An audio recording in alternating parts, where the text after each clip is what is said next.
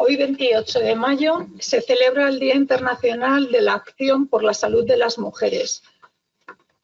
Una fecha que cada año desde 1987 intenta concienciar y hacer frente a diversas enfermedades que afectan de forma distinta a hombres y a mujeres.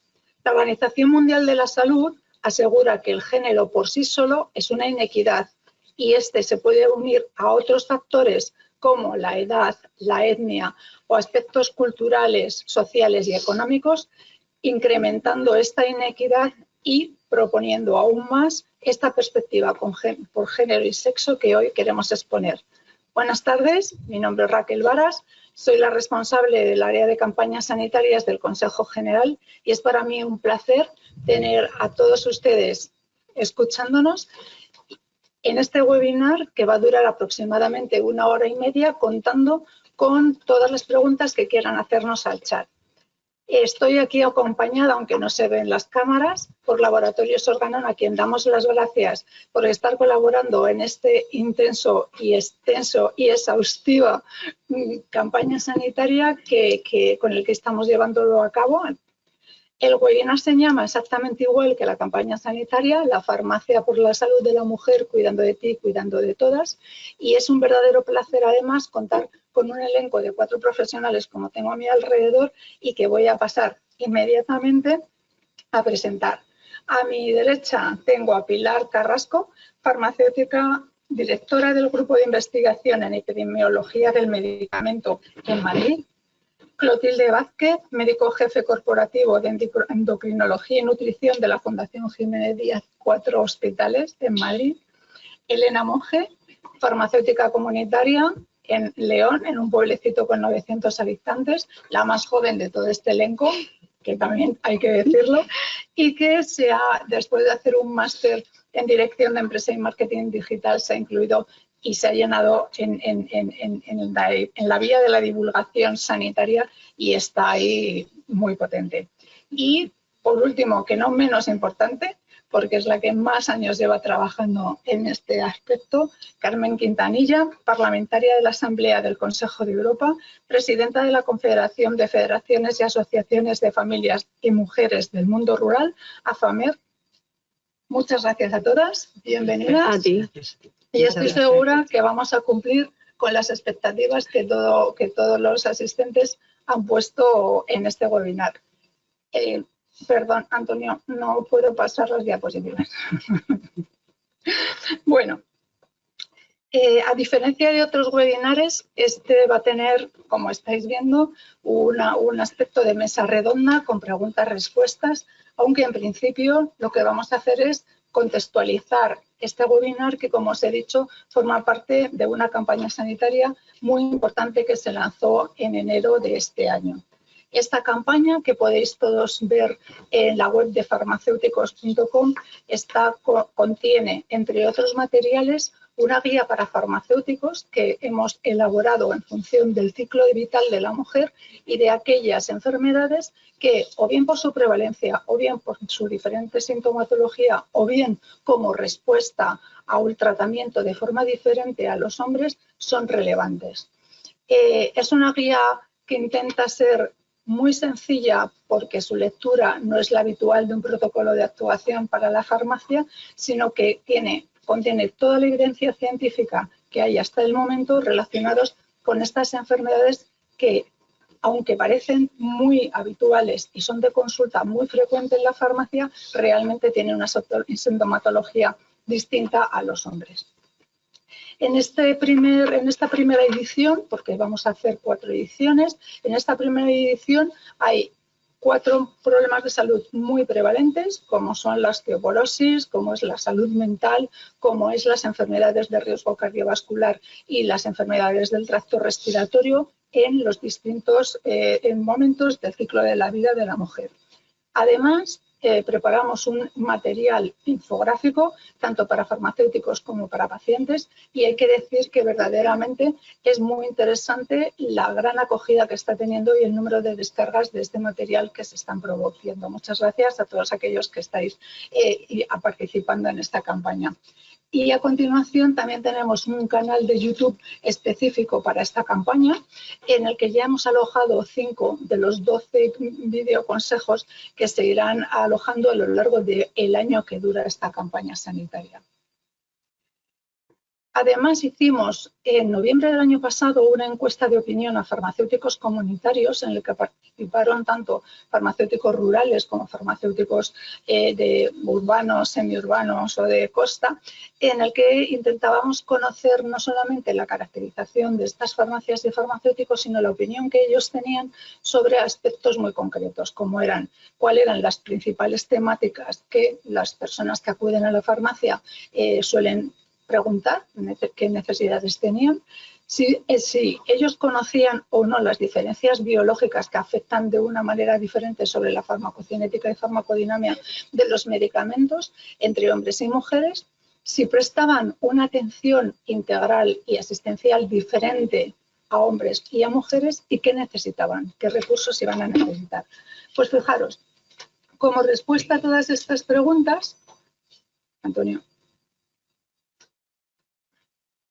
como respuesta a todas estas preguntas, podemos decir que 6 de cada 10 farmacéuticos que respondieron eran mujeres, con edades con una media de edad de aproximadamente 47 años de media y con 20 años de experiencia profesional. De todos los que respondieron, más de la mitad, su tiempo en la farmacia era en el mostrador de la farmacia atendiendo a la población. El tipo de farmacia de las 199 que no eran rurales fundamentalmente estaban caracterizadas como farmacias de barrio, es decir, las más habituales o las que tienes más cerca de tu casa.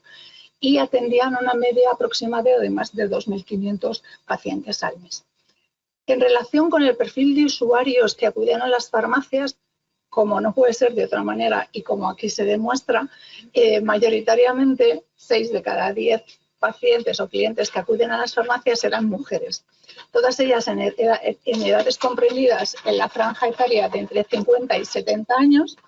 Y fijaros que la diferencia entre hombres y mujeres es que mayoritariamente la mujer acude a la farmacia no solo a buscar cosas para ella, sino también para aquellos que cuida, tanto ascendientes como descendientes, mientras que el hombre va a buscar para él mismo en general. En cuanto a las temáticas que preguntan mayoritariamente, fijaros que salud mental, enfermedades de riesgo cardiovascular y dolor de espalda en general son los temas top. Sin embargo, es verdad que hay diferencia entre hombres y mujeres porque mientras a los hombres les preocupa más las enfermedades de riesgo cardiovascular o las enfermedades del tracto respiratorio o el Parkinson, a las mujeres no les interesa ninguna de esas patologías y fijaros que, como luego nos dirán nuestros ponentes, las enfermedades de riesgo cardiovascular son la primera causa de muerte en las mujeres. Sin embargo, no les preocupa demasiado, les preocupa más otros temas como pueden ser las infecciones del tracto urinario, la osteoporosis o la anticoncepción. Es verdad que respecto a las diferencias biológicas, mayoritariamente responden que no saben que existen diferencias biológicas que pueden afectar a la respuesta del tratamiento, salvo en patologías como la anticoncepción, ¿vale? La osteoporosis o las infecciones del tracto urinario, que son habitualmente de mujeres. Respecto a si asisten de forma diferente o tratan de forma diferente a hombres y a mujeres, mayoritariamente fue no, salvo en temas muy concretos como la anticoncepción. Y en cuanto a si esta atención diferencial se podía llevar a cabo en algunos aspectos, fijaros que siguen siendo los mismos temas. Anticoncepción, problemas como pérdidas de orina o infecciones de transmisión sexual o infecciones del tracto urinario. En todo lo demás no pensaban que tenían que prestar una atención diferencial. Y en cuanto a si necesitaban herramientas, protocolos, servicios para poder empezar a gestionar esta perspectiva de género y sexo diferenciado en la farmacia, solamente de aquellos más concienciados, que son el 60%, sí que dicen o solicitan una formación más específica de protocolos de actuación e infografías para pacientes. Con todos estos miembros vamos a llevar a cabo esta mesa, fundamentalmente porque tenemos como 5 aspectos muy claros, ¿no? Es necesaria más formación, es necesaria más concienciación, es necesario saber concienciar y sensibilizar a nuestra profesión entre las profesiones sanitarias, pero también a los pacientes. Y por eso vamos a empezar esta mesa y, como os he comentado, empezamos preguntas y respuestas. Esta primera pregunta es para Pilar y para Clotilde. ¿Se pueden reconocer cuáles son y cómo afectan las diferencias por sexo y género a la salud de la población? Y os pongo esta primera diapositiva para que podáis comentar. Pues sí, este esquema es fantástico porque de forma sencilla ilustra un poco la complejidad de la interacción entre el sexo biológico, que quiere decir que tenemos cromosomas distintos en todas nuestras células, los hombres y las mujeres. De hecho, un solo gen en el cromosoma Y es el que determina el desarrollo posterior de un embrión en hombre o mujer.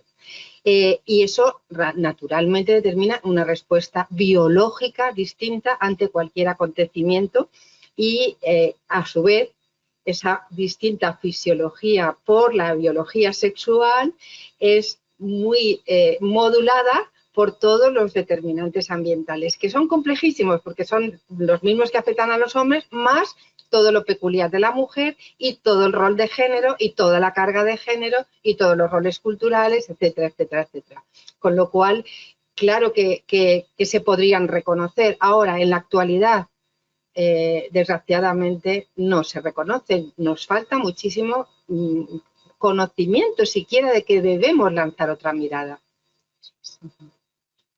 Pero eso ha sido siempre así, Clotilde. Desde hace décadas la mujer ha estado invisibilizada en la atención sanitaria, en el tratamiento y en el diagnóstico de determinadas patologías. Muchas veces, bueno, estoy hablando de los años 90, cuando Bernardín Geli acuñó el famoso término de síndrome de Yente. Total. En cuanto a la película de Barbara Streisand, donde una mujer judía tenía que ocultarse para parecer un hombre y poder participar de la comunidad. Ese concepto ha quedado hasta nuestros días, patente. Entonces, muchas veces se han confundido determinadas emocionalidades con síntomas psicológicos o psicopatologías, y eso ha ocurrido siempre. Pero está muy bien esta diapositiva porque son dos conceptos que debemos aclarar, que se deben conocer y que deben ser utilizados adecuadamente y que son compatibles, es decir, que van juntos. Nosotros no nacemos siendo un sexo o un género, nacemos con las dos cosas y los dos hay que estudiarlos de manera unida porque influyen en la salud de la población. Los dos de manera conjunta, tanto el sexo como el género. Aplicar, como dice este webinar, esa mirada que has dicho tú, Clotilde, esa perspectiva de género, nos va a ayudar a conocer el impacto de esos comportamientos, de esos roles que la sociedad nos ha asignado a los hombres y a las mujeres y cómo eso va a terminar influyendo en la salud de la población, en la de las mujeres y en la de los hombres. Y lo vamos a ver ahora con la diapositiva tuya de la mortalidad, de que nos morimos las mujeres, de que mueren los hombres y demás. Pero creo que es importante que se aclare ese concepto que va unido. Efectivamente. Bueno, pues por enlazar un poquito, pocas mujeres, aunque ya se han hecho muchas campañas, yo recuerdo hace ya 10 años que Mujeres por el Corazón, una campaña bastante potente que hubo, que fue la primera vez que dijo: mujeres, que no nos morimos de cáncer de mama, afortunadamente nos morimos de causa cardiovascular. El infarto es el gran desconocido en la mujer porque tiene síntomas diferentes, porque es infradiagnosticado, porque llega con retraso a las UCIs, etcétera, etcétera. Entonces, las enfermedades del sistema circulatorio, pero las más graves, las isquémicas, es decir, tanto el infarto o la cardiopatía isquémica en general, como el ictus, como la insuficiencia cardíaca, que de por sí ya es una gran desconocida. La insuficiencia cardíaca tarda en dar síntomas en hombres y en mujeres, pero es que en la mujer tiene connotaciones diferentes que todavía lo invisibilizan más. Es la principal causa de muerte. ¿Qué quiere decir? Que tenemos que estar alerta a síntomas en momentos de la mujer, sobre todo a partir de cumplir de la posmenopausia, si no existen factores de riesgo previos, para hacer un cribado precoz y no disminuir la esperanza de vida. A mí me llama muchísimo la atención también las estadísticas de mortalidad, que el Alzheimer es la primera causa de muerte en mujeres en el mundo. Claro, eso no está modulado por la edad, quizá nosotros que vivimos más, pero es verdad que el diagnóstico precoz de Alzheimer en la mujer todavía es una asignatura también pendiente. Y hay momentos en que la mujer empieza a tener síntomas que atribuye a otras cosas y atribuye al estrés. No solamente se lo autoatribuye, se lo atribuyen las amigas, la familia, pero también los sanitarios. Es que estás muy estresada, es que llevan mucho encima. Y ahí, con ese paraguas de eso, que puede ser que es verdad que esté estresada, puede ser que lleve muchas cosas encima, pero además, amigo, mira, a ver, si le haces un test y diagnosticas precozmente una enfermedad, ¿no? Claro que sí. Fijaros lo importante que es dar a conocer que los síntomas de patologías tan habituales en los hombres como son los infartos se puedan dar a conocer al mundo y lo conozcan los pacientes y todas las personas, que en la rueda de prensa cuando lanzamos esta campaña los periodistas levantaron la mano para decir exactamente qué síntomas eran los del infarto de la mujer, porque estaban todos agobiados pensando y que no estamos viendo, cuando también había muchas mujeres, eso es verdad. Bueno, pues ahora una pregunta para todas y vamos a hacer en el orden de Pilar, Elena, Carmen y Clotilde. ¿Qué significado puede suponer la perspectiva de género y sexo entre los profesionales de salud pública, como médicos, farmacéuticos o pacientes que sois? ¿Qué implicaciones creéis que tiene? ¿Y cuáles son los principales problemas de salud que impactan de forma diferente según sexo? ¿Pilar? Te voy contestando a las tres preguntas. Pues mira, la primera, para los profesionales de la salud pública, entre las que yo me incluyo, es una mirada necesaria. No la podemos tipificar de otra manera, pero necesaria tanto para la investigación como para la docencia, como para la transferencia del conocimiento. No podemos apartar esa mirada de ahí. Nosotros en salud pública, desde hace décadas, venimos trabajando con los determinantes sociales de la salud, que son fundamentales. Pues en ellos el género es un eje transversal que no podemos perder de vista y aparece, siempre ahí nos equivocaríamos si apartáramos esa mirada de esa perspectiva. Entonces, para nosotros como profesionales y en el mundo del medicamento, que es el contexto en el que también estamos hoy aquí, el medicamento como determinante de la salud es un eje fundamental para todos los profesionales. Luego, cuando me preguntas qué implicaciones, todas positivas. Para mí todas las implicaciones que tiene esta mirada son positivas. Ahora bien, tenemos que tener cuidado y no cometer lo que se conoce como el sesgo de género. Es decir, que nos confundamos a la hora de interpretar esas igualdades y esas diferencias que hay entre hombres y mujeres y el abordaje que se hace de ellas. Porque nos estaremos confundiendo y eso sí que puede ser un problema importante. Es decir, en cualquier caso, cuando hablamos de comportamientos, que es lo que es cuando hablamos de género, no podemos quitar esa mirada y esa perspectiva. Y en cuanto, voy a ser breve, porque si no, me vengo arriba y no dejo de hablar. Entonces, aquellas patologías, ahora Clotilde va a hablar de las enfermedades más prevalentes y demás, pero yo, como epidemióloga, no puedo perder la vista de una de las patologías, quizá por mi sesgo profesional y porque es la línea que yo trabajo, que es el problema de salud mental. La salud mental se ha puesto sobre la mesa, sobre todo a raíz de la pandemia, cuando Horton en el Lancet nos dice que no es una pandemia, que es una sindemia, es decir, que la gente que tenía ya otras patologías lo pasó peor y que la gente que tenía unos determinantes sociales de su salud peores lo pasó todavía peor. Y en ese contexto es lo que se nos viene encima. Yo siempre lo digo y sin ánimo de alarmar, estamos saliendo de una pandemia, pero se nos viene una epidemia de salud mental brutal que va a afectar a toda la población con grupos de especial atención como son nuestros adolescentes y nuestros jóvenes. En ese sentido, estamos hablando de enfermedades como la depresión y la ansiedad, donde hay un claro patrón de prevalencia en la mujer mucho más alto que en el hombre. En el caso de la depresión, casi el doble en cuanto a diagnóstico, aunque es muy difícil. Eurostat hace una horquilla muy amplia de cómo está la depresión en Europa, entre el 2,5 y el 6,4, porque es difícil de llegar a un acuerdo común de cómo se diagnostica esa depresión, pero Epidemiológicamente, en datos sí que es mucho más prevalente en las mujeres, los dos cuadros, la depresión, la ansiedad. El último informe que ha salido en el 2023 sobre la salud mental en España nos dice lo mismo. Las mujeres percibimos peor nuestra salud mental, manifestamos, son datos autodeclarados con el sesgo que eso pueda tener, manifestamos que tenemos peor salud mental que los hombres y que la percibimos además peor. Y unido a todo esto consumimos además más psicofármacos. Y es un cóctel muy peligroso. Y marcadamente... ¿Consumimos o no los prescribimos? Eso viene después. Eso luego veremos. Los prescriptores también, ¿qué pasa con ellos? Y para terminar, no puedo no dejar de hablar lo que para mí tiene un patrón claramente femenino, que es el dolor.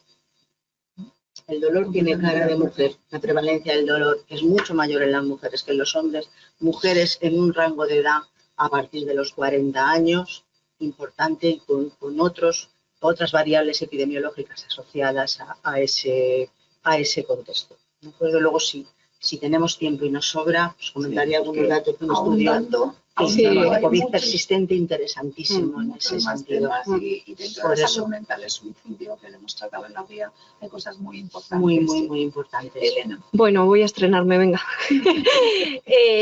A ver, yo voy a hablar un poco desde mi experiencia, que tampoco es que sea muy amplia. Llevo solamente 4 años trabajando, pero lo que he trabajado sí que me he podido dar cuenta de algunas cosas, sobre todo con respecto a las diferencias que tenemos en género, que decíamos que era como una concepción social, ¿no? De las costumbres que tenemos cada uno. Para mí, lo que comentabas antes de que la implicación en la salud de cada uno es diferente siendo hombre o mujer, es de lo más llamativo en la farmacia, que es a lo que a mí me respecta. Que quiere decir, los hombres vienen a recoger posiblemente los medicamentos que le vienen en una lista apuntados que se le está acabando porque les da igual el medicamento que sea y para lo que sea. Y tampoco saben muy bien las patologías que tienen, mientras que la mujer cuando viene a la farmacia sabe perfectamente las suyas, las de sus hijos y la de su marido. Incluso hermanos, te estoy hablando de padres, ya no solamente de marido. ¿Esto qué implicaciones tiene? Bueno, pues que en el momento en el que falla la mujer, pues se ven muy, muy solos y no saben, dejan de tomar la medicación, esa adherencia que tenían también se pierde por completo. Pero también me gustaría decir con esto que los hombres no van al médico si no se están muriendo. También es importante. Claro, la mujer se hace más analíticas, pues con más frecuencia, entonces se diagnostican también antes enfermedades. En otras ocasiones no, pero bueno. También con respecto al sexo, esto todo era de género, pero con respecto al sexo, las mujeres tenemos menos adherencia a tratamiento crónico.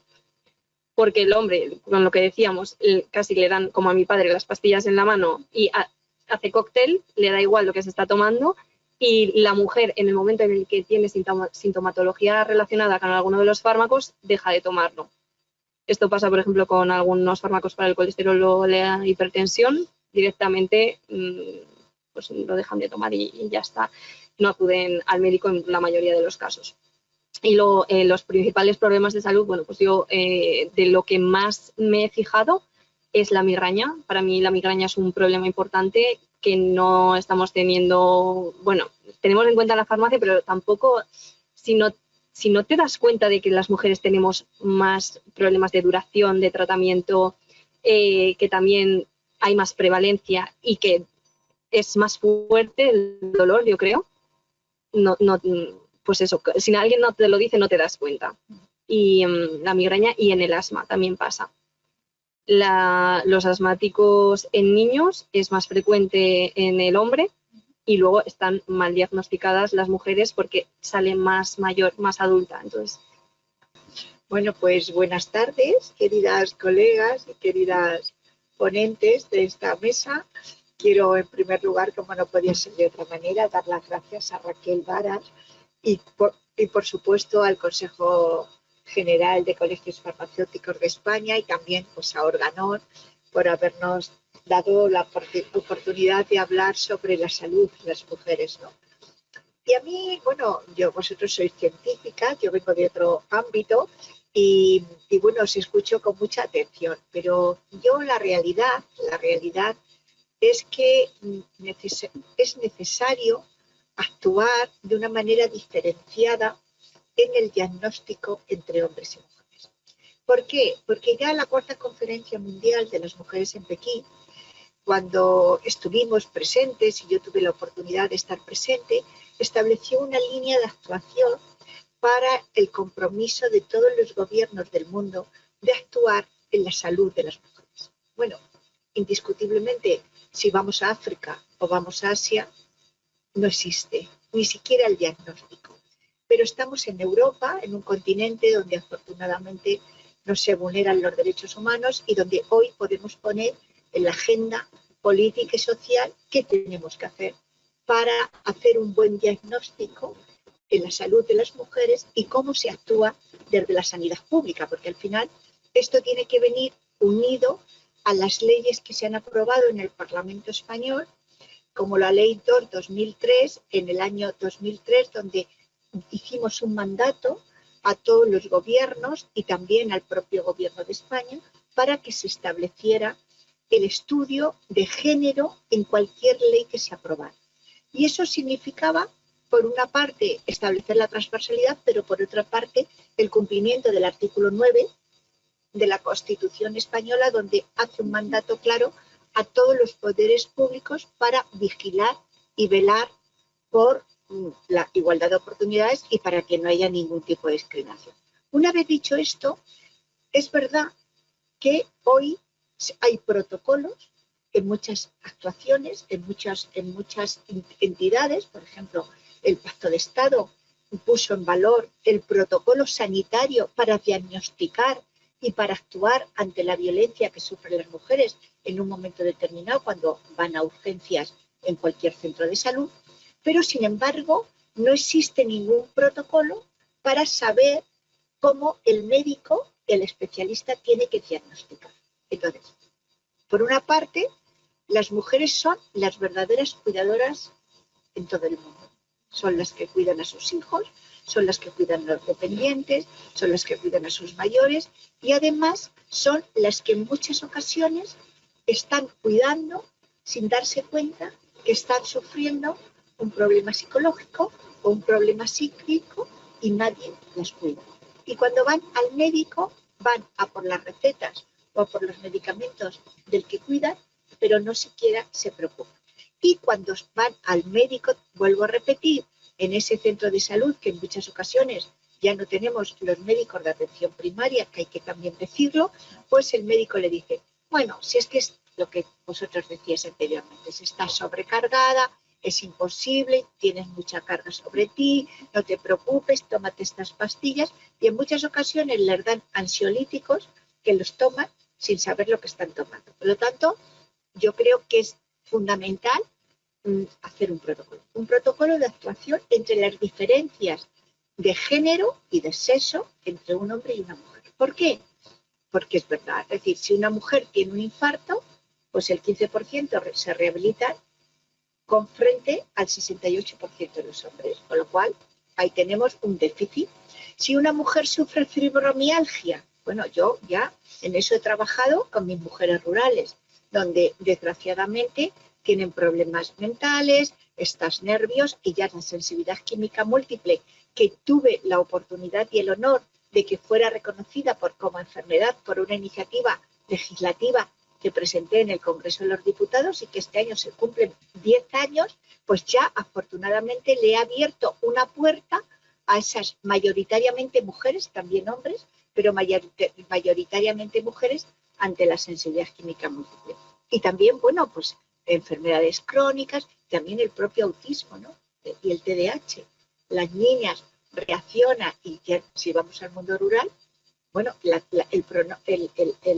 el pronóstico o el facultativo que la está diagnosticando, bueno, pueden pasar 20 años y esa niña es autista, tiene problemas en la escolarización, de aprendizaje y ha pasado desapercibida. Bueno, indiscutiblemente yo estoy contando un mundo rural donde todavía tenemos un largo camino que recorrer de cara a ese diagnóstico y que se vea que es una mujer que necesita una ayuda médica y no solamente el fármaco, sino que efectivamente, y por lo tanto creo que hoy más que nunca es en lo que creo que debemos de determinar o de ver con esta pregunta, que el protocolo sanitario, el protocolo desde el Ministerio de Sanidad y de las distintas comunidades autónomas con competencias transferidas en materia sanitaria, tenemos que hacerlo, porque las diferencias son reales y sin embargo pasan desapercibidas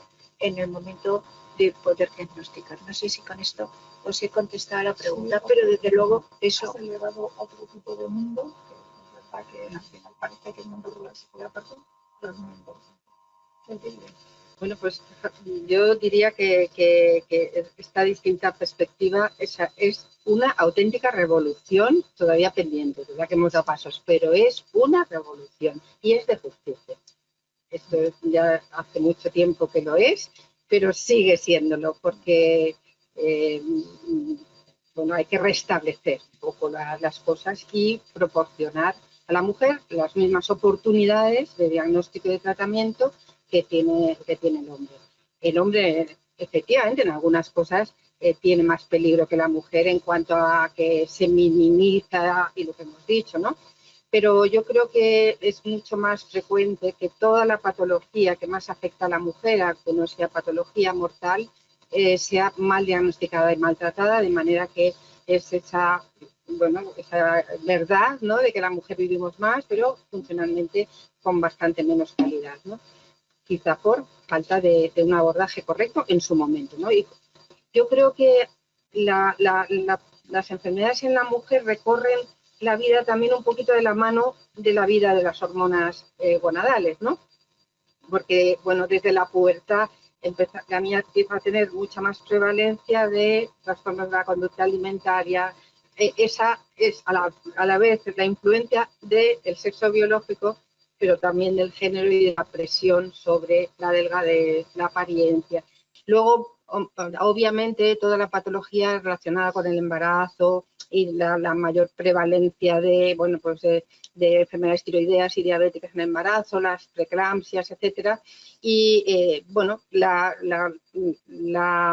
partir de la menopausia, la mucha mayor prevalencia de las enfermedades que hasta, digamos, los 50 años son más frecuentes en hombres, como la enfermedad cardiovascular, como la hipertensión, la dislipemia, parece que todo aparece. Pero yo me quería fijar un poquito en una patología banal, que está muy vinculada a lo que decías del dolor, que es la artrosis. La artrosis afecta mayoritariamente a las mujeres y realmente disminuye muchísimo la calidad de vida, y las respuestas que damos son muy insuficientes, muy insuficientes, ¿no? Y se investiga muy poquito y realmente no se está haciendo bien, y al final lleva a incapacidades funcionales importantes. Por supuesto, agravado por una osteoporosis o por las deficiencias hormonales bruscas a partir de la menopausia. Pero desde antes, por motivos de sexo y de género, la mujer es mucho más... tiene muchísima más de esta enfermedad. Y yo vuelvo a reiterar lo que decía antes, la mujer tiene una repercusión, pues también por cómo funcionan nuestros neurotransmisores, incluso por el tamaño que tienen determinadas áreas de nuestro cerebro, lo emocional, que lo recibimos con muchísima más facilidad, es como si tuviéramos muchísimas más antenas, influye en síntomas. Toda la mujer somatizamos, las mujeres tenemos esa pasión cuando contamos las cosas, y eso es motivo de mal diagnóstico, de pensar que todo eso es que eres una exagerada, eres una histérica. ¿Cuántas veces se oye todavía hoy? Esta es una histérica, déjala. Sí. O cuando la mujer tiene rabia porque no puede más con la situación, entonces es una loca. Si tienes rabia, si tienes ansiedad eres histérica, pero si tienes rabia eres una loca.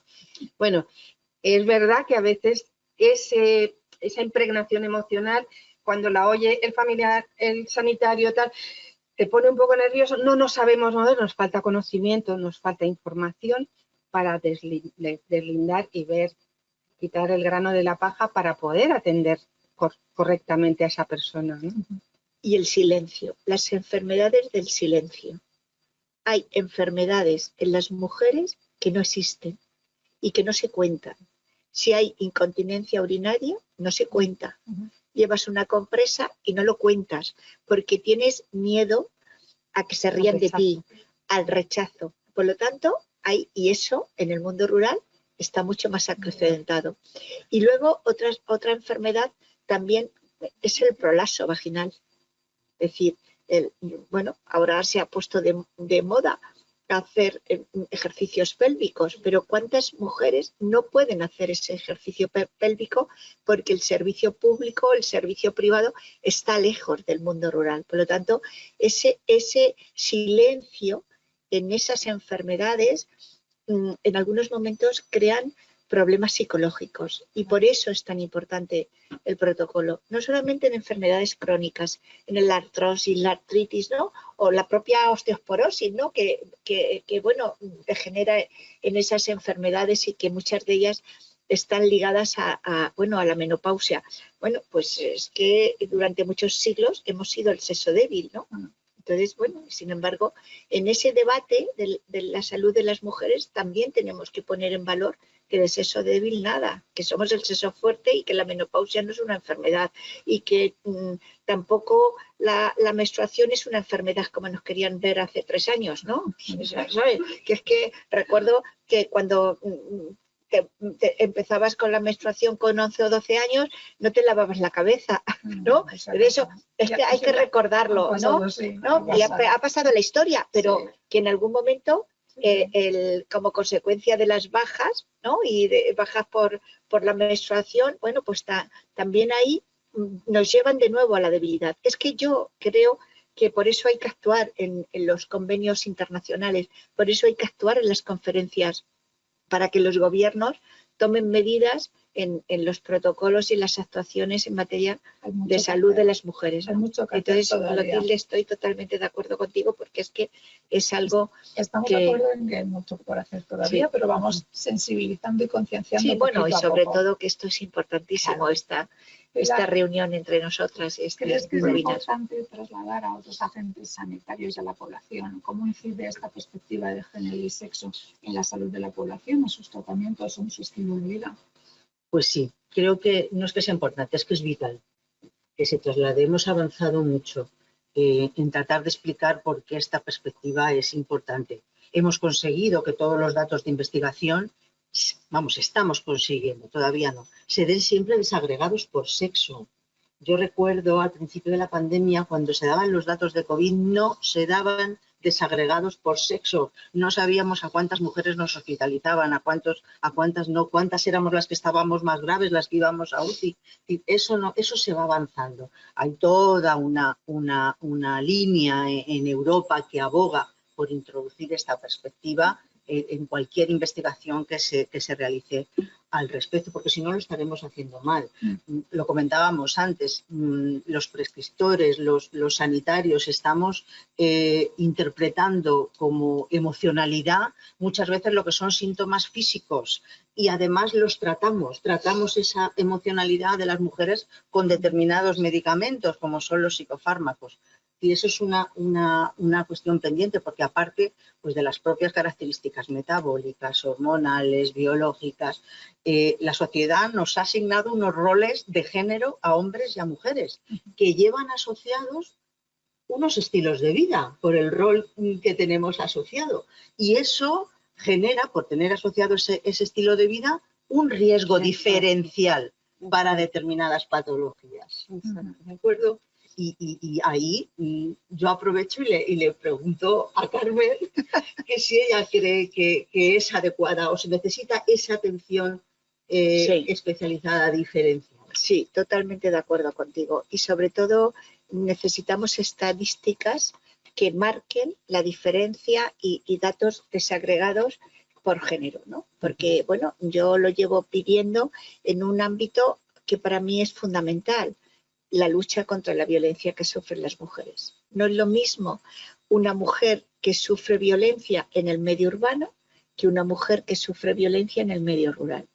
La vergüenza, el miedo al que dirán, el dónde voy a denunciar. Ya no hay ni cuarteles de la Guardia Civil. Y entonces, pues en la salud lo mismo, es decir, si sabemos que las mujeres sufren más enfermedades cardiovasculares o, por ejemplo, se tarda mucho más en diagnosticar una niña con TDAH o una niña con autismo, esa estadística nos va a dar el conocimiento real de la situación entre hombres y mujeres para poder marcar objetivos, para hacer ese protocolo, ¿no? Entonces, yo totalmente estoy de acuerdo contigo.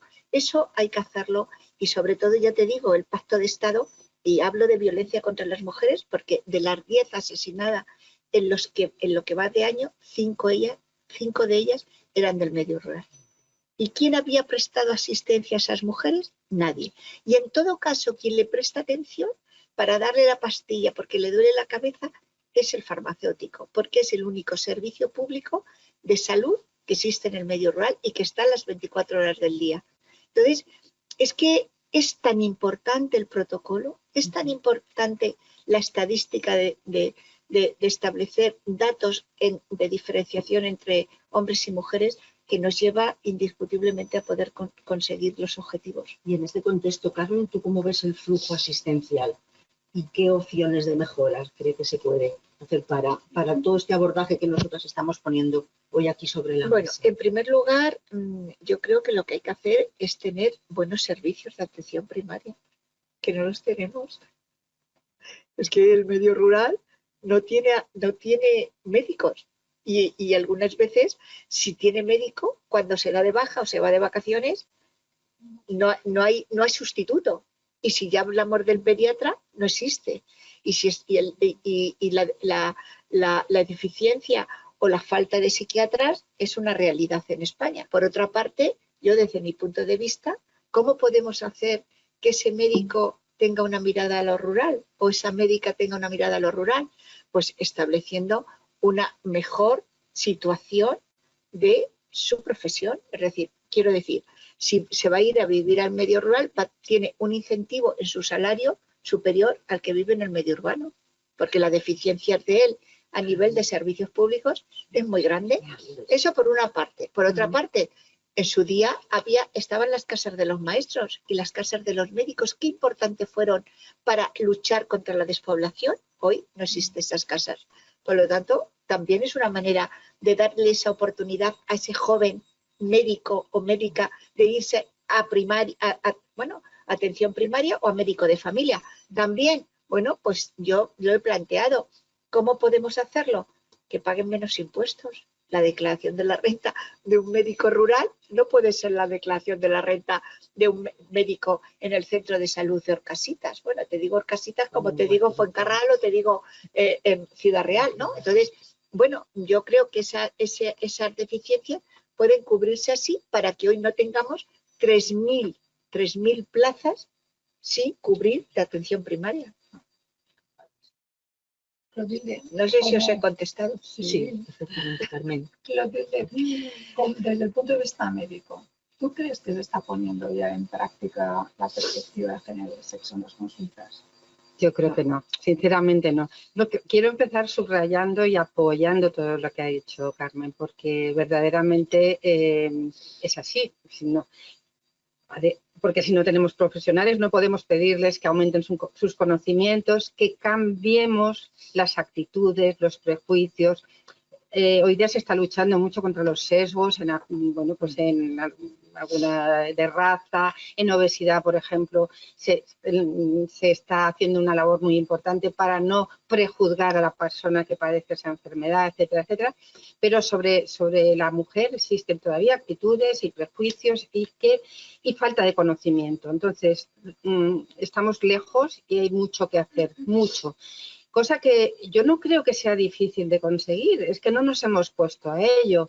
Hay un terreno que es el puramente vinculado a los órganos genitales de la mujer que se ha hecho muy bien, ¿no? La mujer siempre ha tenido un ginecólogo y se ha hecho el cribado de cáncer de mama mucho antes que se ha hecho el cribado de cáncer de próstata. O sea que realmente si uno lo tiene claro y hace protocolos adecuados, es casi un alivio para los profesionales que no saben cómo moverse ante bueno, pues síntomas que no sabe por dónde cogerlos, o sea que realmente creo que estamos lejos, pero que es posible y que tenemos una gran oportunidad que nos ofrecería un enorme beneficio, ¿no? Sí. Vale, para Pilar y para Elena, como farmacéuticas, ¿pensáis que estáis formadas en este supuesto? ¿Sabréis reconocer diferentes formas de actuar profesionalmente en cada ámbito de trabajo, la farmacia comunitaria, salud pública? A ver, déjame a mí, porque tú sí sabes. A ver, claro, como farmacéutica, pues no tiene nada que ver, por ejemplo, la formación que tiene Pilar con la que puedo tener yo, pero sí que al haber salido de la misma facultad, pues podemos decir que todavía no hay asignaturas que aborden la perspectiva de sexo y género. De hecho, yo acabo de terminar eso hace 4 años y os digo que lo único que hemos podido tocar así un poco en farmacogenética y genómica y ya. Y con respecto, no solo abordando esa perspectiva, sino raza de todo. Y bueno, pues claro, Pilar pues sabe mucho más de este asunto que yo. ¿Y que sabemos reconocer las formas de actuar? Pues hombre, yo creo que un poco de manera intuitiva también lo hacemos. Entonces, no sé, Pilar, ¿tú qué opinas? Como lapsus entre medias de una y otra, sí es importante decir que ya hay universidades que se han puesto las pilas y han empezado a tener formación transversal para todas las carreras que son sanitarias con un curso específico con esta perspectiva. ¿Por qué? Porque al final incluso los investigadores de la universidad se dan cuenta que es imprescindible. No pueden trabajar con hembras ratones y sí con machos ratones. Entonces, empezando desde ahí, que ellos mismos se dan cuenta que es absurdo, pero que es lo que han tenido hasta este momento, empezar por cambiar la investigación, la formación, la educación, bueno, pues todo llegará. Pasarán otros 40 años, sí. Carmen, pero es lo que sí, pero porque es lo que decía. Perdona, Carmen, ¿quieres intervenir? Quería también decir que hace falta no solamente la formación, sino la concienciación. Una concienciación social que nos tiene que llevar a humanizar la sanidad, ¿no?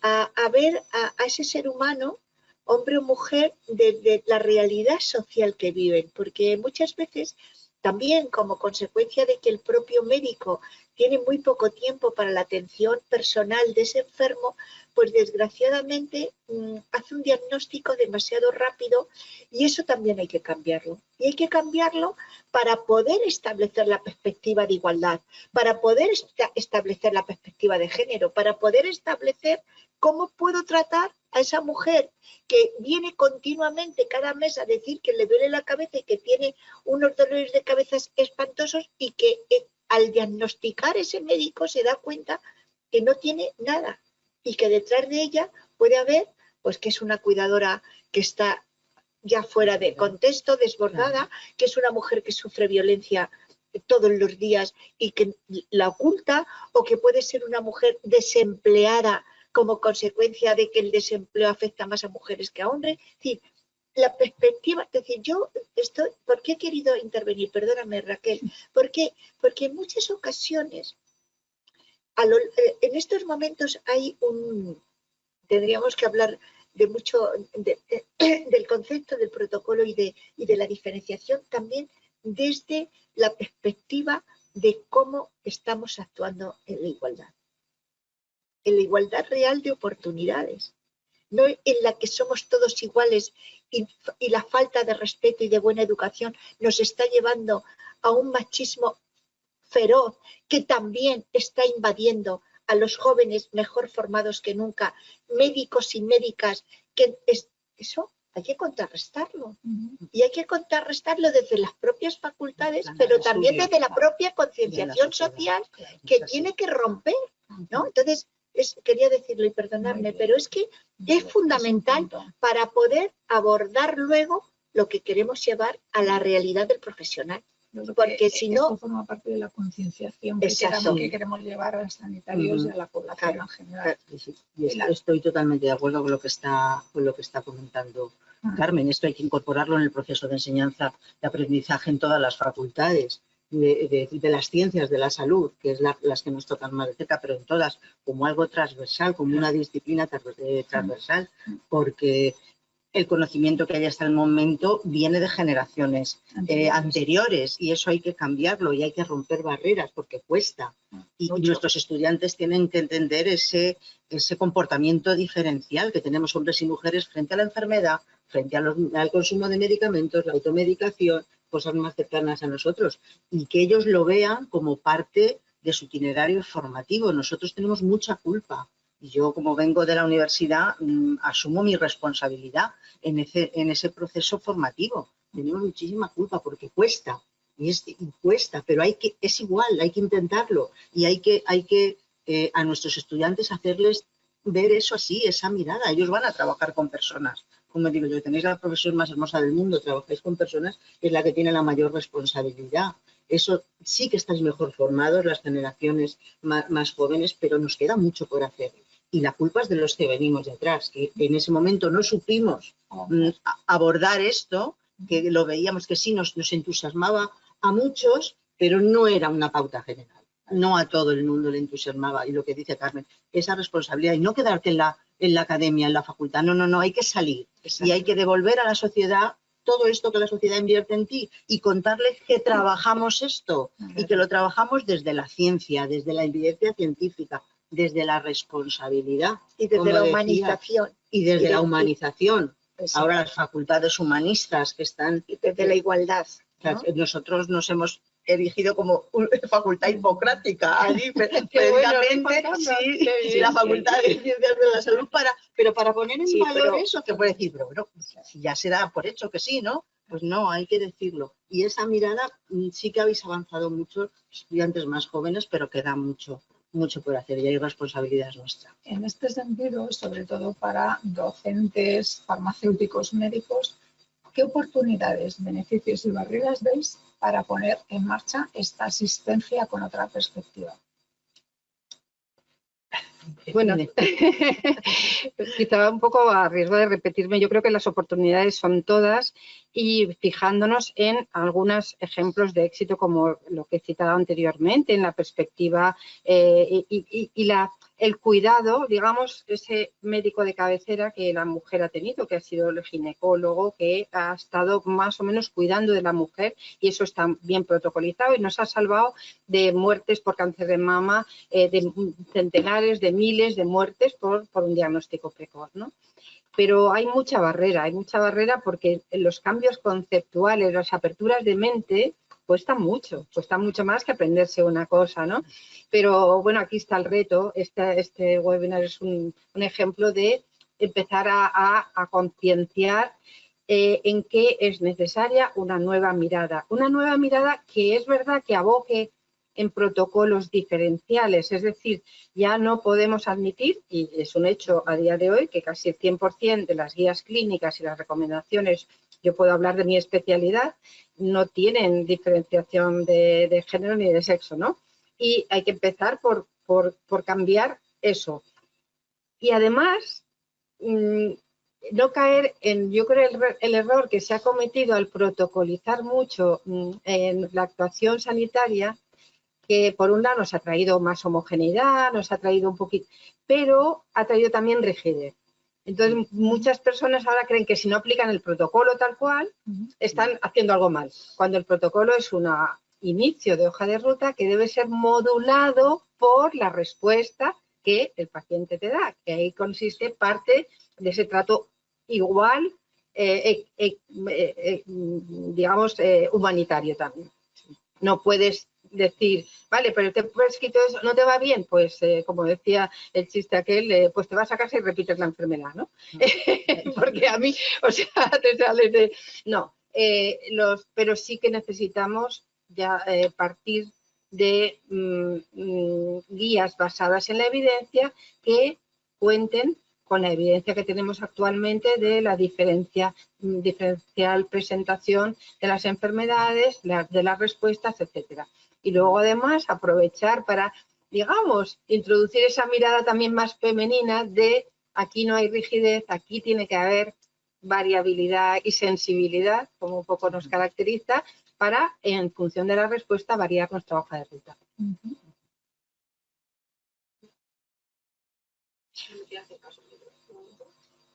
Es que está encendido.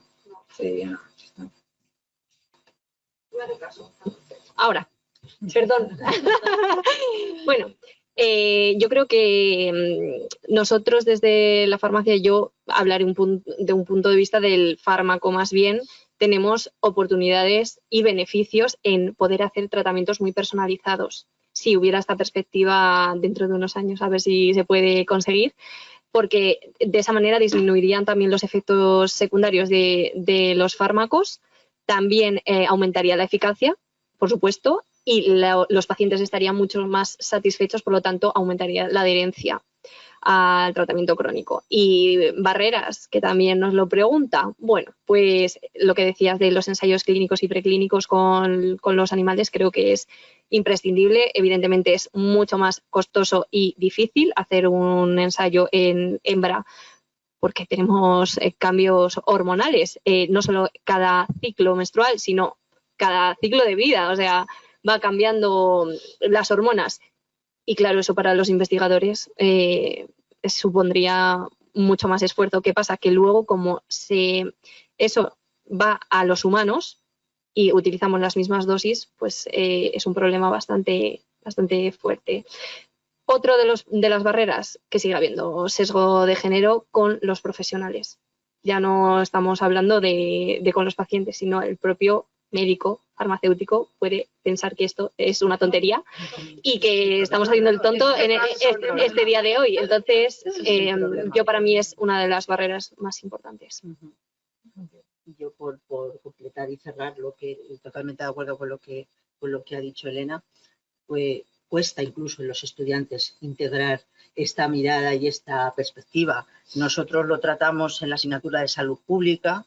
Y allí sí que, claro, cuando tú les explicas que por qué no se han incluido tradicionalmente a las mujeres en los ensayos clínicos, cuando es el estudio epidemiológico por excelencia y les dices que es necesario seguir las pautas que dan ya todos los organismos internacionales y cuando les explicas que tienen que tener esa mirada cuando se enfrenten a un consumo diferenciado entre hombres y mujeres para analgésicos, para psicofármacos, para estatinas, cuando les dices que los efectos adversos a los medicamentos también son distintos en hombres que en mujeres. Entonces empiezan a tomar conciencia y a veces dices, les cuesta, pero yo soy optimista por naturaleza y creo que con el tiempo eso va calando poco a poco, porque luego sí hay estudiantes que su TFG quieren ir por ahí, entonces ven, quizá les choca mucho lo de los ensayos clínicos, el hecho de que, bueno, si los tomamos los fármacos hombres y mujeres, sí,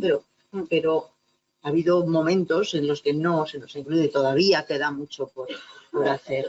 Entonces es una barrera importante esa, pero tenemos que intentar derribarla. Queremos. Para Clotilde, el cambio en la práctica vendría con guías de práctica basadas en la evidencia que estén Yo creo que esto no lo he oído nunca enunciar. Creo que, no sé, a lo mejor sí se ha hecho, yo no lo conozco, pero en mi ámbito de mi especialidad eso nos ha dicho y yo creo que a día de hoy es imprescindible avanzar en esa dirección, puesto que ya tenemos bastantes evidencias, entonces ya podemos dar, por lo menos en algunos casos, basadas en evidencias suficientes, las diferentes presentaciones que influyen en la manera de diagnosticar y, por supuesto, de tratar algunas enfermedades endocrinas, ¿no?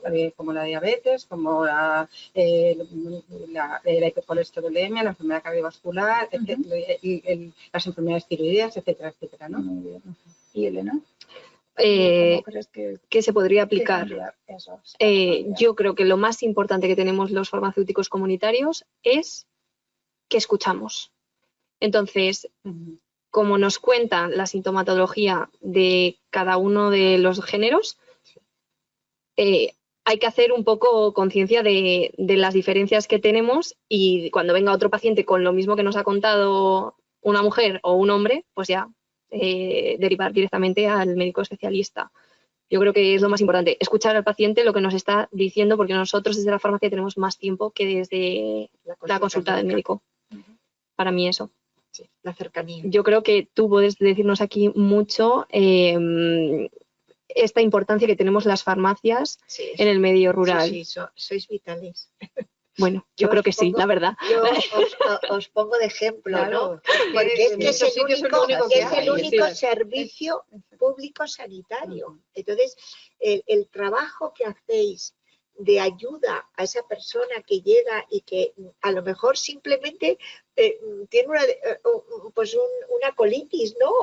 O que tiene un dolor de cabeza o que le ha subido la fiebre y el centro de salud está cerrado. Sí, sí. Y tiene que ir al servicio de urgencia comarcal que está a 30 kilómetros y a lo mejor vive sola. Es decir, ¿cuántas mujeres, cuántos hombres viven solos? Pero mayoritariamente mujeres, porque viven más años, ¿no? O porque vivimos más años, ¿no? Bueno, pues ese servicio sanitario que escucha, que está cercano, que a pesar de que está la farmacia cerrada, el farmacéutico vive en el pueblo y se le llama y abre la puerta y, bueno, y despacha ese medicamento, es vital. Yo, ¿qué queréis que os diga? Yo vuelvo al tema de violencia de género, porque para mí es fundamental el papel que juegan los farmacéuticos. En su día, con el Colegio de Farmacéuticos de Madrid, hicimos una campaña contra la violencia que sufren las mujeres. Tu farmacia, tu refugio. Y entonces fue un éxito, porque por una parte, mayoritariamente es una carrera de mujeres, con lo cual hay más farmacéuticas que farmacéuticos. Entonces, esa concienciación es más fácil hacerla en las mujeres que en algunos hombres. No quiero decir con esto que no haya hombres que tengan mucha concienciación en trabajar la lucha contra la violencia que sufren las mujeres. Pero volviendo a la pregunta que me has hecho, sois vitales y sois muy necesarios y me da mucha pena en algunos momentos cuando oigo algunos titulares de prensa diciendo que las farmacias o que cada vez hay menos farmacias en el medio rural y que hay menos mujeres o hombres que apuestan por poner su farmacia.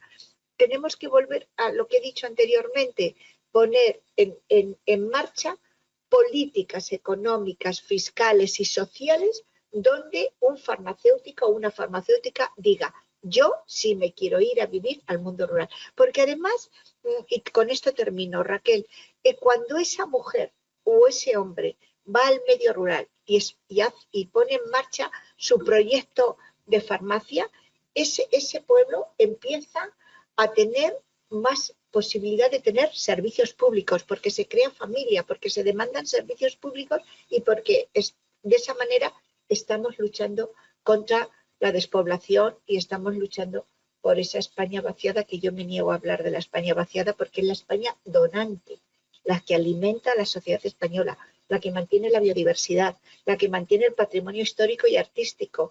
Y por lo tanto, yo me da mucha pena de hablar de la España vaciada porque es peyorativo. Es la España donante, la que nos alimenta todos los días y cuidado, que no se ponga en peligro nuestra soberanía alimentaria. Como estamos en los últimos minutos, creo que Carmen ha dejado bastante claro la importancia. cuál sería su propuesta de mejora para una continuidad asistencial, o sea que hemos tomado nota. Y es verdad que te has adelantado y has hablado de la violencia de género en las zonas despobladas, porque es verdad que no solo el Colegio de Farmacéuticos de Madrid, sino que todos los colegios de farmacéuticos desde el año 98 más o menos están haciendo campañas precisamente para mostrar la farmacia como un sitio donde las mujeres pueden contar para que les ayuden a superar estos problemas de violencia, que no solamente es en casa, sino ya es fuera de casa, para llegar a tu casa. Bueno, además me encanta, Raquel, porque estoy aquí, ese cartel fue nuestro. Pues ya lo sé, por eso lo hemos puesto.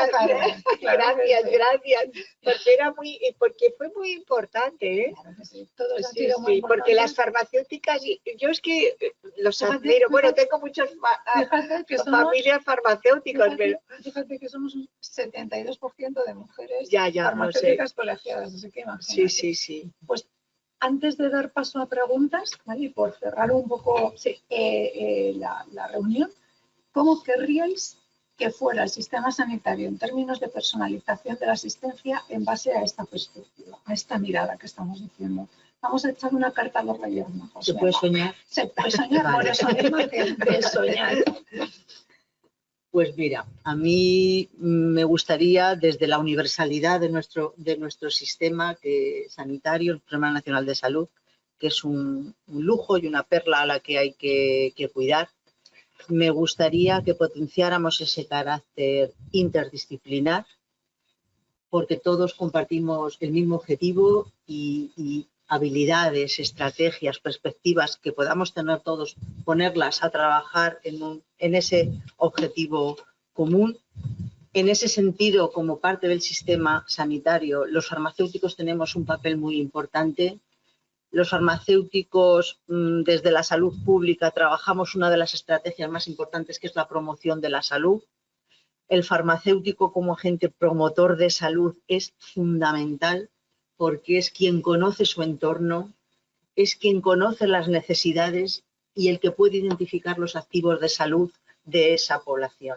Si a eso encima le añadimos esta mirada nueva con perspectiva de género, nuestro sistema sanitario será fantástico, es fantástico, pero no habrá quien lo pare. Será cercano y será nuestro.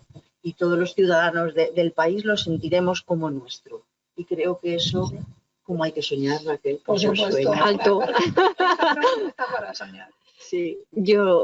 A mí me gustaría que fuera justo y equitativo. Simplemente que tengamos las mismas oportunidades de tratamiento ambos sexos y géneros y que realmente se estudie este tema. Yo prometo que no lo voy a dejar aquí y me parece muy importante, pues eso, este tipo de webinares o de formaciones del colegio, porque no sabes mucho del tema y de repente te viene tanta información que dices, uy, pero es que no lo estoy abordando bien yo esto. Así que prometo seguir estudiando. Yo suscribo todo lo que habéis dicho totalmente. Hemos mandado hace muy poquito el primer manuscrito que hay de la diferencia de presentación de la obesidad en hombres y mujeres. Parece mentira, ¿eh? La obesidad es mucho más prevalente en mujeres, todo el mundo lo sabe, pero nadie ha dicho, pero tienen los mismos síntomas, pero evolucionan igual. Entonces, con una cohorte de 2.000 pacientes que hemos recogido en nuestro ámbito, y realmente cuando ves eso te das cuenta que es que no tiene nada que ver las causas subyacentes en los hombres que en las mujeres. Por tanto, ya el tratamiento tiene que ir enfocado de manera diferente y hemos aplicado lo mismo los endocrinos en toda nuestra trayectoria vital. Lo que quiero decir es que efectivamente hay que ponerse en marcha cada uno en el ámbito que trabaja para mejorar el conocimiento. Y yo también haría una pequeña cartita a los Reyes Magos de que no sé cómo, pero es que es tan necesario que dialoguemos más entre atención primaria, atención especializada y farmacias. A mí muchas veces quiere suplir eso, dígale usted a su farmacéutico, dígale usted a su médico, ¿cómo se llama su médico? Porque ves eso en el pueblo, es maravilloso. Claro. Porque hay cosas que hay que compartir, porque tenemos miradas diferentes, como pasa con médico y enfermera, ¿no? O sea, estamos oyendo cosas distintas, estamos viendo cosas distintas, pero nos tenemos que compartir información. Es fundamental, pero la coordinación, la colaboración y la comunicación, llevamos años detrás de ella y todavía no hemos conseguido que desde la farmacia se pueda ver la medicación que está colgada o alojada en otro sitio, que es del sistema sanitario, que nosotros desgraciadamente no estamos integrados aún. Carmen, ¿tú cómo estás? Bueno, yo aquí me lo he preparado, porque como sabía que iba a estar con grandes especialistas sanitarias, pues yo me lo he preparado. Y una de las cosas que he estudiado para poder hacer este webinar y estar con vosotras era, por ejemplo, acabar con las desigualdades en la carrera de investigadoras. Hay muchas desigualdades entre hombres científicos o becarios científicos y con respecto a las mujeres investigadoras. Se topan continuamente con un techo de cristal que les impide accesos a puestos de mayor responsabilidad, estatus y remuneración. Por lo tanto, en esa mirada hacia una sanidad donde sea realmente una sanidad que no se establezcan desigualdades, yo creo que ahí tenemos que poner una mirada al mundo de la investigación, que sois catedráticas, doctoras y que conocéis perfectamente este campo. Por otra parte, que tenemos que apostar por un sistema sanitario donde se reconozca la existencia de sesgos de género en la atención sanitaria y en los medios de comunicación. Cuidado, cuidado, cuidado, cuidado.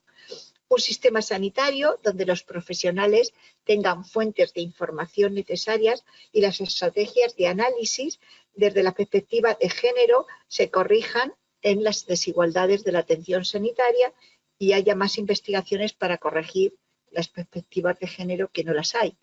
Vuelvo a lo que decía Pilar, tenemos que tener estadísticas reales que no las tenemos porque con la estadística tenemos conocimiento de la realidad y podemos cumplir objetivos o romper las desigualdades. Si no, no hay futuro, no hay futuro. Y por último, acabar con la falta de reconocimiento, querida Raquel, de los problemas de salud de las mujeres, como el caso de la violencia doméstica o el caso de la fibromialgia o el caso del síndrome de ay, no me sale, ¿sabéis? Hipersensibilidad química. El síndrome de hipersensibilidad química y tantas enfermedades que afectan a las mujeres y que muchas veces pasan desapercibidas y que se tratan esas enfermedades con problemas de salud mental, con ansiolíticos, y eso yo creo que porque no tenemos la perspectiva de género que tiene que actuar en el servicio sanitario. Y por último, creo que tenemos el mejor sistema de salud del mundo, de verdad, el mejor. Bueno, a mí, yo cuando se estaba escuchando hablar, digo, ¿qué daría un americano de clase media para poder tener esta oportunidad? Por eso tenemos... Por eso lo que tenemos que hacer es seguir andando y conseguir ese camino, pero como lo estáis haciendo vosotros, pero sentirnos orgullosos de que hoy se salvan vidas en España y que hace 40 años la media de edad en España era 50, 60 años porque la gente no cobraba la pensión y hoy la gente cobra la pensión hasta 30 años. Por eso somos el segundo país más longevo del mundo. Claro, es que esto habría que repetirlo constantemente. Sí. Y cuando yo lo pregunto dando una charla, no, la dieta mediterránea, no. No. Ha sido el sistema de salud. El sistema de salud. Y además hay una cosa muy importante que hay que decirlo. Envejecer es vivir. No es peyorativo, es que estamos vivos y que le hemos ganado a la vida 20 años por ese sistema de salud que nos ha llevado a donde estamos. Me ha encantado este final y es verdad que había recogido como aspectos muy puntuales que sabía que ibais a tocar, como que es que las mujeres presentan una prevalencia de enfermedades crónicas superior a los hombres y además al final tienen más discapacidad y peor calidad de vida, que los diagnósticos en las mujeres son mucho más tardíos por todo lo que hemos estado comentando, que es verdad que hay un retraso siempre en la identificación de mujeres por problemas de salud que no terminan de encajar dentro del sistema, que todos los aspectos biológicos de las mujeres importan, el tamaño de su organismo, su metabolismo, su eliminación, su excreción, que son temas que no hemos hablado pero que de sobra conocidos por los sanitarios, influyen mucho en la respuesta a los tratamientos, que no es siempre igual, que hay una falta de ensayos clínicos, que tenemos que ir hacia la igualdad, que es necesaria una personalización, individualización de dosis fundamental también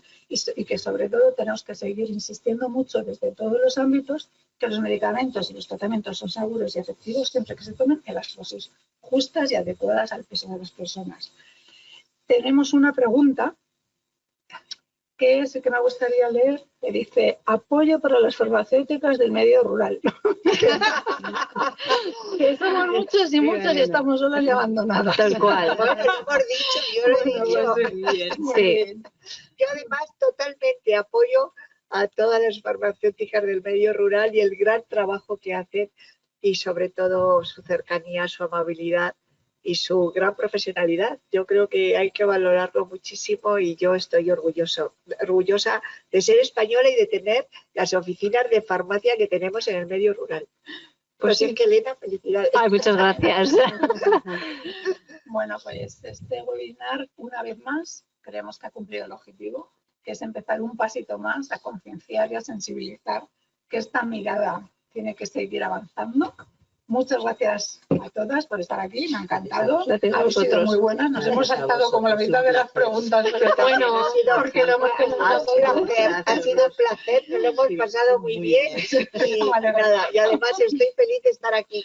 Muchas gracias. Lo ha dicho antes Carmen por estas iniciativas, creo que son muy, Sí, muy importantes. Sí. Sí que agradecer a todos los que estáis implicados vuestra invitación para mí ha sido una tarde especialísima. Bueno, y, Me he lo que nos, pasado y muy los que bien. nos van a ver, los que nos van a Eso, ver, los que estáis ahí, por que supuesto. bueno, tanto los que están ahí como los que lo van a ver. Eso, claro. Realmente emocionante, ¿eh? Eso, O sea, sí, estar, yo creo que sí. participar de este Sí. paso Sí, sí. y agradeceros por tanto esta oportunidad y este camino que hace, este compromiso. También, claro, los patrocinios y a todos los que Claro, habéis- sí, los que habéis colaborado. Sí, sí. Y sobre todo, bueno, pues este webinar se podrá ver en diferido la próxima semana, que estará alojado en el sitio específico de esta campaña sanitaria. Y bueno, pues buena tarde para todos y muchas gracias a todos. Eso. Buena tarde a todos. Buenas tardes, a todos. hasta pronto. Hasta pronto.